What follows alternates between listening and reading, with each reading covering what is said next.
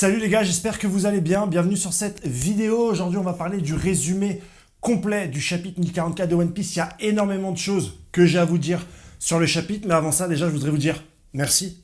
Sur ma vidéo d'hier, on a atteint 1000 abonnés supplémentaires sur la chaîne. C'est la première fois qu'en une seule vidéo, j'ai 1000 personnes qui appuient sur le bouton abonnement et qui me rejoignent sur la chaîne. Je vous remercie du fond du cœur. J'essaie de parler vite parce que j'ai énormément de choses à dire et je ne veux pas faire une intro trop longue.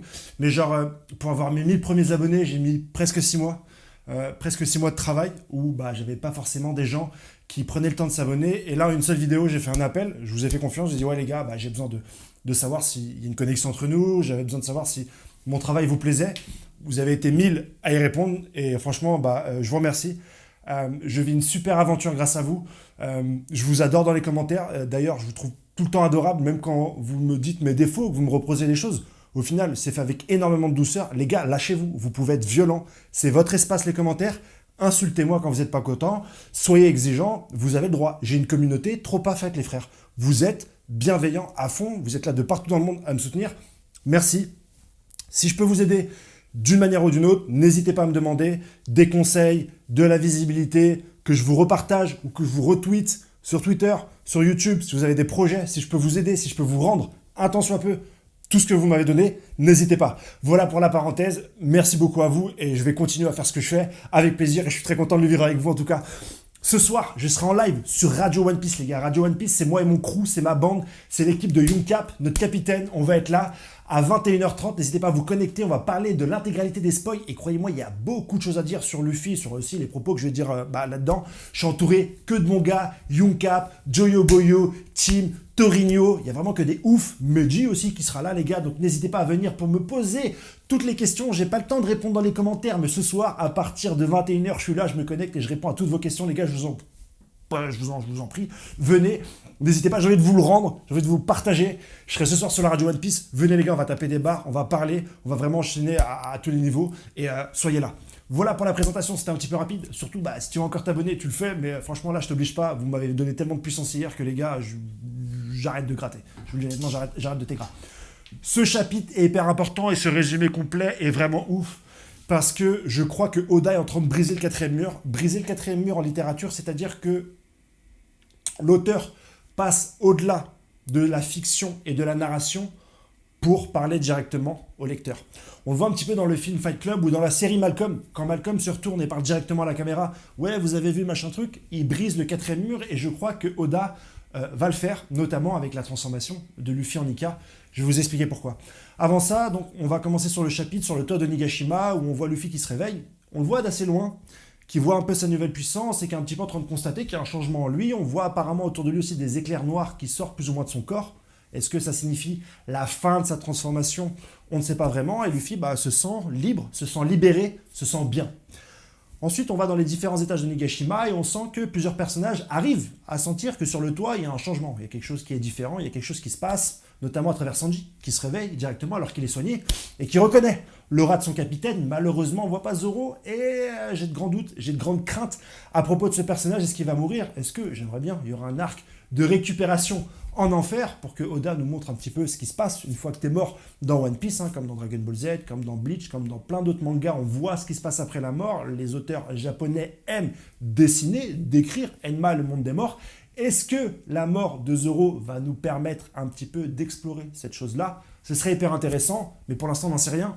Tout ce qu'on sait, c'est que Zoro n'est pas surpris par cette puissance de Luffy, alors que Sanji oui. Marco également va dire il se passe quelque chose sur le toit. Marco c'est un guerrier aguerri, c'est un commandant Yonkou, donc effectivement il va sentir directement que sur le toit il se passe quelque chose. Mon chacha, je tourne ma vidéo. Tu peux passer, c'est pas grave, ce sera juste sur ma vidéo quoi. Et il y a également Nami qui va directement se rendre compte qu'il y a quelque chose qui se passe sur le toit et que Luffy est en train de changer. Il y a plusieurs personnages, donc comme ça, il y a aussi d'autres personnages qui vont le sentir, mais le plus important, c'est que la vidéo, enfin l'image, le scan va directement aller sur le Gorosei.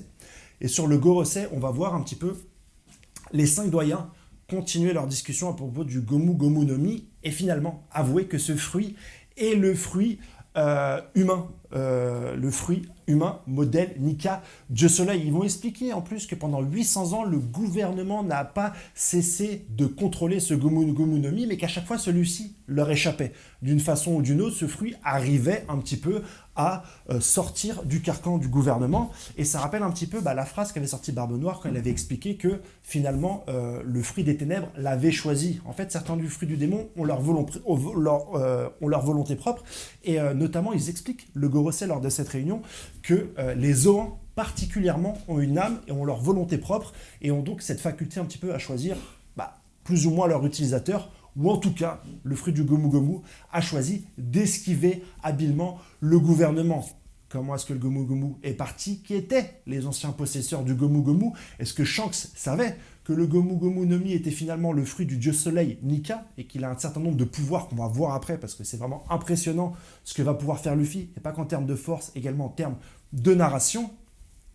Et c'est donc directement une menace. Ils auront plusieurs discussions, ils vont savoir effectivement est-ce que c'était une bonne décision de demander un élément aussi important que ce chef du CP0 d'aller interférer le combat entre Kaido et Luffy, d'énerver donc Kaido et de perdre la vie de ce précieux soldat. Ils se posent la question, peut-être un peu tard, mais ils se posent la question et finalement ils disent oui, on devait le faire, il faut absolument pas que ce fruit se réveille, il fallait donc qu'on intervienne de cette manière-là. Et donc il donne donc le modèle du fruit, c'est le fruit humain version Dieu Soleil Nika, et donc on a la conclusion que c'est bien de ce fruit-là qui est parlé depuis différents chapitres. Comment est-ce qu'ils l'ont deviné en sachant qu'un des membres du gouvernement leur a dit qu'il y avait Zunesha en phase 2? Est-ce qu'ils savaient que Zunesha était potentiellement lié à ce fruit? Est-ce que Zunesha qui a été maudit par Nika l'a été par le pouvoir donc de l'éveil de ce fruit du démon? On se pose énormément de questions à propos de ça, mais la scène va revenir directement sur Luffy, qui va parler, là encore une fois, de sa puissance et qui va s'autonomer auto lui-même,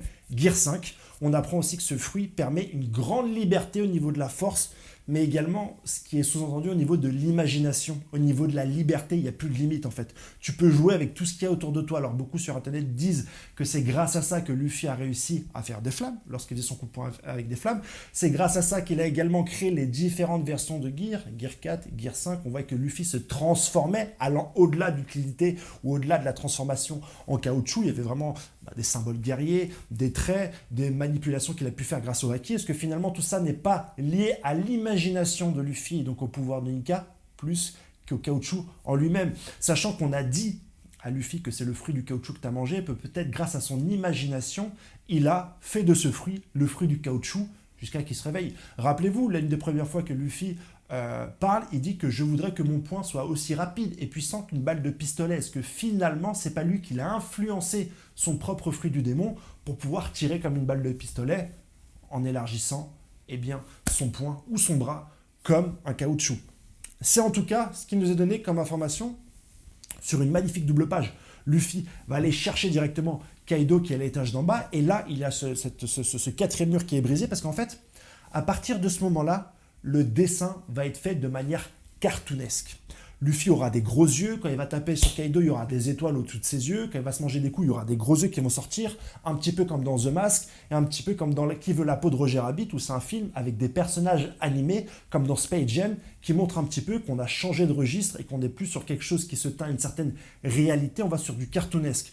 Surtout que le Gorosei explique que ce fruit est dangereux, que ce fruit est ridiculement drôle, et que ce fruit un petit peu a l'énergie de faire sourire, de faire rire. Faire sourire, un petit peu comme Gold Roger, à la vue du One Piece, a souri, a rigolé. Est-ce que finalement, toute cette réalité-là, telle qu'on l'a connue dans One Piece, peut être remise en jeu par ce fruit du démon, qui va même changer notre perception et notre lecture du manga. On a l'habitude de lire des personnages assez sérieux, qui rigole ou pas, et là on va avoir un changement de style qui va se rapprocher du cartoon avec des yeux, etc. On voit que Luffy change également de forme physique, qu'il est capable d'avoir une forme similaire au Gear 4, au Gear 3, au Gear 2, qui peut changer un petit peu de forme son corps, et que ça le fait rire. Tout ça le fait rire, il a également un rire différent, et qui peut jouer un petit peu avec tout ce qu'il y a autour de lui. Est-ce que les cases vont également être dessinées différemment? On sait que Kaido va être dessiné différemment. Bref, on va avoir également un éveil de son fruit beaucoup plus commun par rapport à ce qu'on s'en attendait, parce que il va essayer de faire un breath Kaido, et Luffy va étirer le sol comme un caoutchouc pour lui renvoyer, montrant là encore qu'il est capable un petit peu de transformer son environnement en caoutchouc. On a à la fin Kaido qui va s'excuser auprès de Luffy, qui va lui dire « Je suis désolé, je ne voulais pas que notre combat précédent finisse comme ça en rapport de l'intervention du CP0 ». Et Luffy va lui dire « Non mais t'inquiète pas, finissons-en, je vais te poutrer ». Un Luffy qui semble assez arrogant au final face à un Kaido qui respecte son adversaire et qui lui dit « Finalement, je suis désolé qu'on a interrompu notre combat différent ». Kaido est presque désolé même de cette transformation de Luffy, parce que c'est une bonne chose que Luffy se transforme comme ça. Mais au-delà de ça, qu'est-ce qu'est en train de nous faire Oda au niveau de la narration ? Pourquoi est-ce qu'il nous dessine ces personnages de façon aussi cartoonesque, avec des yeux qui sortent de Kaido? Pourquoi est-ce qu'il change un petit peu le drama qu'on avait jusqu'à là dans les combats finaux, avec des échanges de patates, des regards beaucoup plus durs? Est-ce que Luffy est finalement tellement libre qu'il est capable de moduler son corps, de moduler la structure autour de lui, mais également de moduler le manga dans lequel il se trouve en changeant directement le style de l'auteur, d'un style shonen, un style cartoonesque? Le Gorosei nous présente cet éveil, ce fruit de Luffy, cette version Nika, comme une entité qui fait rire les peuples, qui fait rire les gens. Est-ce que le but, c'est de nous faire rire, nous aussi, lecteurs? Est-ce qu'au final, Goldie Roger, en regardant directement le One Piece, s'est rendu compte que lui-même était dans un manga? Dans quel délire est-ce qu'on va aller? Oda nous avait dit qu'il allait dépasser les limites de l'imagination. Est-ce qu'il va réussir à briser le quatrième mur? Est-ce qu'il va réussir à nous expliquer que finalement, les personnages de ce manga, pour certains, savent qu'ils sont dans un manga et peuvent modifier le contour dans un manga? Est-ce que je vais trop loin en expliquant tout ça? On attend, bien sûr, les images pour en parler directement ensemble. Rendez-vous ce soir sur la radio One Piece, le lien de la chaîne Twitch en commentaire les frérots. Je vous souhaite une bonne journée, on fera très certainement d'autres vidéos pour parler de tout ça cette semaine. Merci encore pour les 1000 abonnés en une seule vidéo. Je vous dois tout ça les gars, je vous souhaite une excellente journée et je vous dis à demain ou à après-demain pour d'autres vidéos pour parler de ce quatrième mur brisé et de tout ce qui peut en découler sur la suite de l'œuvre. Je vous souhaite une bonne journée les gars, ciao.